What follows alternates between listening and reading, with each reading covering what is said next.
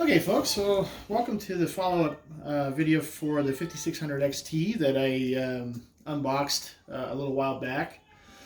This is to essentially show its performance capabilities at 1080p. I'm not going to be running this at any higher than 60 FPS because that's the refresh rate of the panel that I'm working on right now.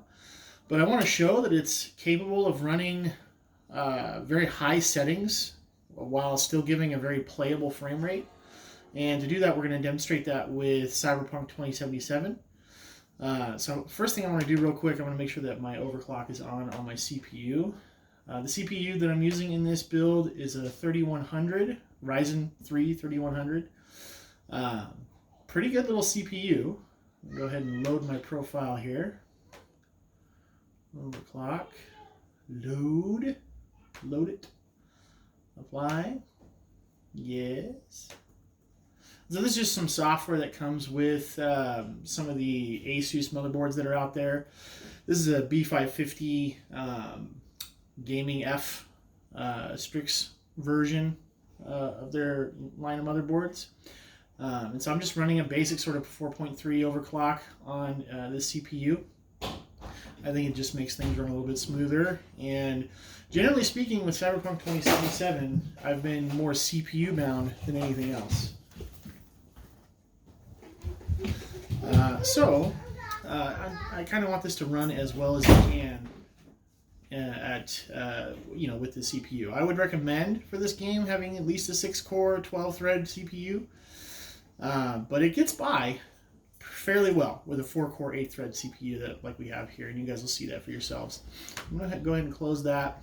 We'll go over to my Radeon software so you guys can see what I got going on here. I'm going to go over to gaming. I like to launch the game from here because I have some custom settings, and I'll show you what those are right now. I keep the anti-lag on. I like to use the image sharpening that comes with the software here. And as far as the advanced options go, I think the only thing I have selected here is surface format optimization. And then, let's see, I thought I had something else. Yes, I have texture filter quality set to performance. Those are the basic settings that I have inside of the software itself. When it comes to the performance settings, I do have an overclock running on this. I basically just have it maxed out. I have it turned all the way up, and I'll show you guys what I'm talking about here. 1820 is the maximum clock speed that they'll let you put into this dial here, and I have a little bit more power running to it. 1050 over, like, I think the normal amount is like 975 or something for this card. And I also have the power limit turned all the way up, and that helps me to hit the highest possible clock speed on this. And this is limited by AMD, so that's just as high as it'll let you go. That's an artificial limitation to keep it from getting too much like the 5700 XT. Otherwise, this would run pretty close to the same performance. And I also have a mild overclock on the VRAM. I'm running it at 1800 megahertz. Just so you guys can see this at its greatest potential. And so here it is sitting at idle. We got 35 degrees, just regular overall temperature, and the junction temperature is essentially matching that. It'll be a little bit higher. The junction temperature, that is, will be a little bit higher than the current temperature once you're under a full load. But it's not significant. It's like something like 50 to 60, like a 10-degree difference, which I think is actually really good. I think this has really, really good cooling on it. And I also have the max fan speed set to 70%. I think out of the box it's 55%. It doesn't really make a big difference. I just like it to have plenty of cooling so that I'm hitting that higher frequency as often as possible. So anyway, that being said, let's go ahead and go back over here, and I'm going to launch the game. Gaming, Cyberpunk, launch. Go ahead and let this thing pop up here. And this is running the latest version that is available as of 12/23. So I believe it's 1.5 or higher, something like that. Our reflections are in this thing. So sorry about our reflections.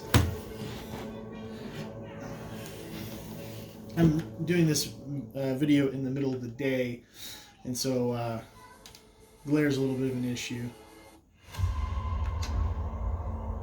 I'll go ahead and show you guys my settings here. I'm going to turn the volume down just a smidge. That's my graphics settings. I just have it on a custom sort of high settings, and I'll show you specifically what I have going on. I like to keep film grain off. It doesn't affect performance. It just looks terrible in my opinion. I like to have chromatic aberration on. I like the way it looks. I have depth of field turned off because I don't think it makes any sense to have it on, and it doesn't really do anything for performance or anything like that either way. And I have lens flare on, again, just because I like the way it looks. I know a lot of folks out there don't like motion blur. I think the low setting on this looks really nice, so I keep it on low. This will be a little bit taxing, so if you want a little bit more performance, turning it off is recommended, but I just like to have it on low. I have contact shadows on. I have facial lighting geometry on. I've got this setting here that I don't like to try to pronounce all the way up to the max. I have all my shadow qualities and resolutions up to the maximum setting, I believe.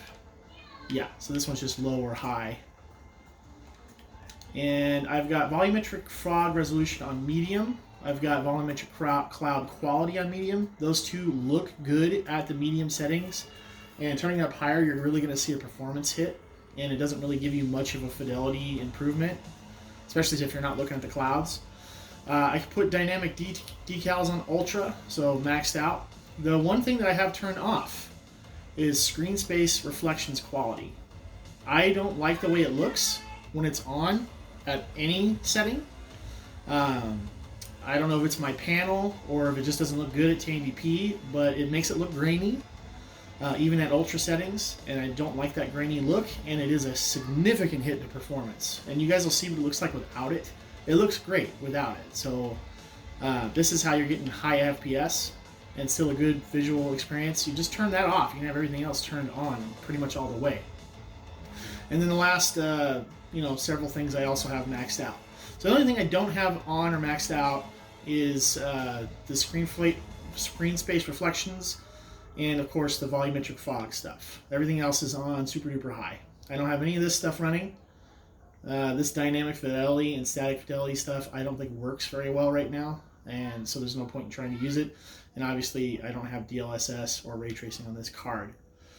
For video settings, you guys can see I have it at 1080p. I am running VSync at this monitor's refresh rate, 60 hertz.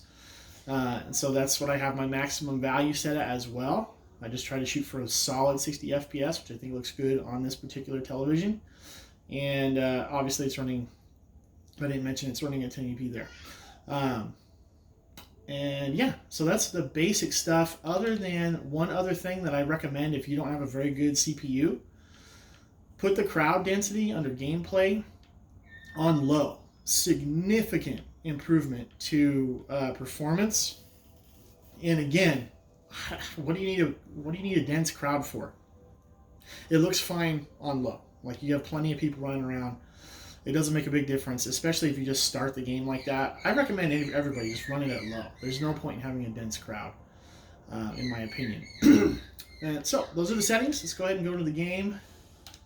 I'm going to load a save here that I've got at a busy part of the city. I think this one right here will do just fine. This is right outside the main character's apartment, and it's a fairly intensive area.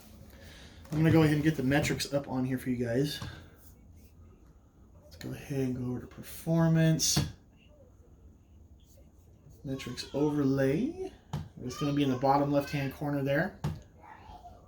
And let's go ahead and go into the game. Okay, so here we are at a pretty demanding area. You guys will notice that when there are frame drops, you'll see the GPU utilization go down. I am bottlenecked by my CPU. So this GPU is not running at its full potential with the 3100. I would recommend a 3600 or better if you want to use the GPU to its fullest potential with this game. But you guys will see that the performance is pretty good even with the 3100. And to give you some idea of just how powerful this card really is, I think it's pretty good bang for buck. And so you can see here in this busy, graphically detailed area, I have a solid 60 FPS, and at times my GPU utilization drops to 80%, and it still sits at 60 FPS. When I'm going towards the apartment, we got a 97% usage, and it loses a couple of frames, but going away from the apartment, you'll see it drop. The utilization, you'll see it drop, but it still maintains at 60 FPS. So I'm going to stop talking for a little bit, and I'm just going to run around so you guys can sort of see what this game is looking like.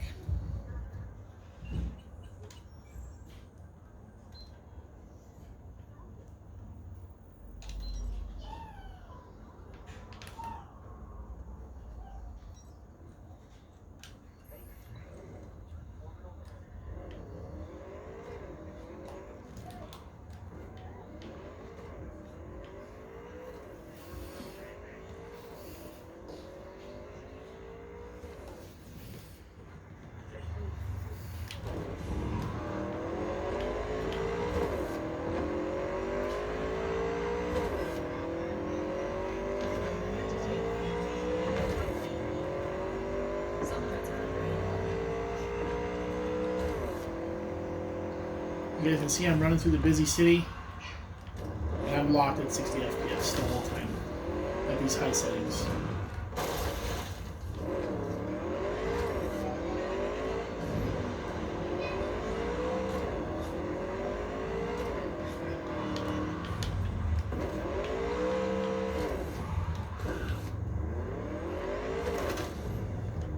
Looks like there's somebody having a fight over here.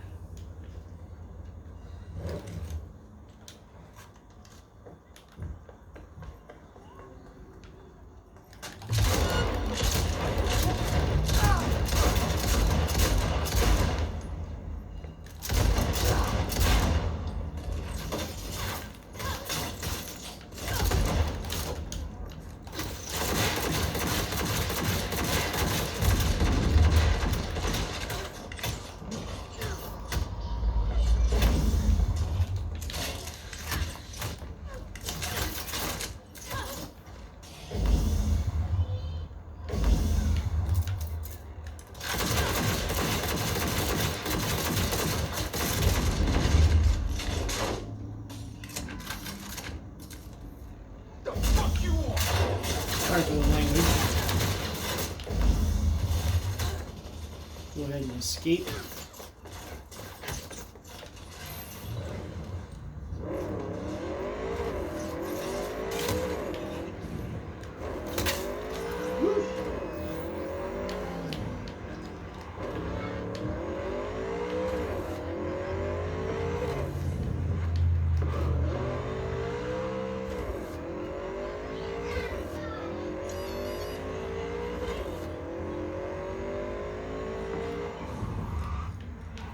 Here's another group of bad guys.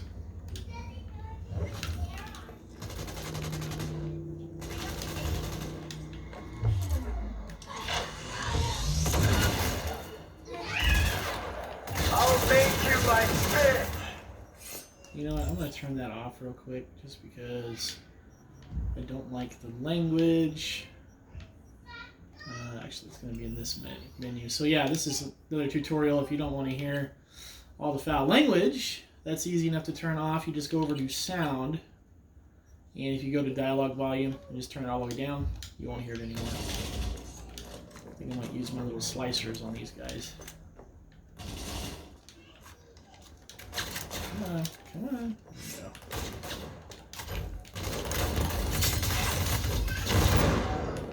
Yeah. There we go. Alright.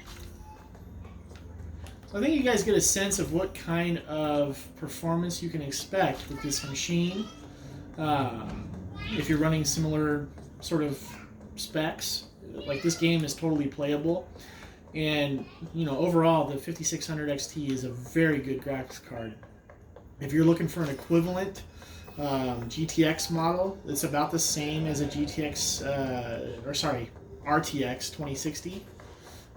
Very similar performance, sometimes better performance. It trades blows, really. And of course, the RTX card is going to have ray tracing, and this card does not. And so I don't really recommend the use of ray tracing on this game. It looks really good, but it just kills performance pretty drastically. Any kind of reflections really just destroy performance. So I think it looks really good on these settings, and you guys can see for yourselves it's extremely playable, even with this modest piece of hardware. And so before I get out of here, I'll let you guys see what it looks like running in the machine. So I'll go ahead and stop feed here for a second. I'll move the camera over, and there it sits in the enclosure there that I chose for this build. So yeah, I think it works really well. Thanks a lot if this was for watching, but if this was helpful, go ahead and leave a comment, and yeah, have a good day.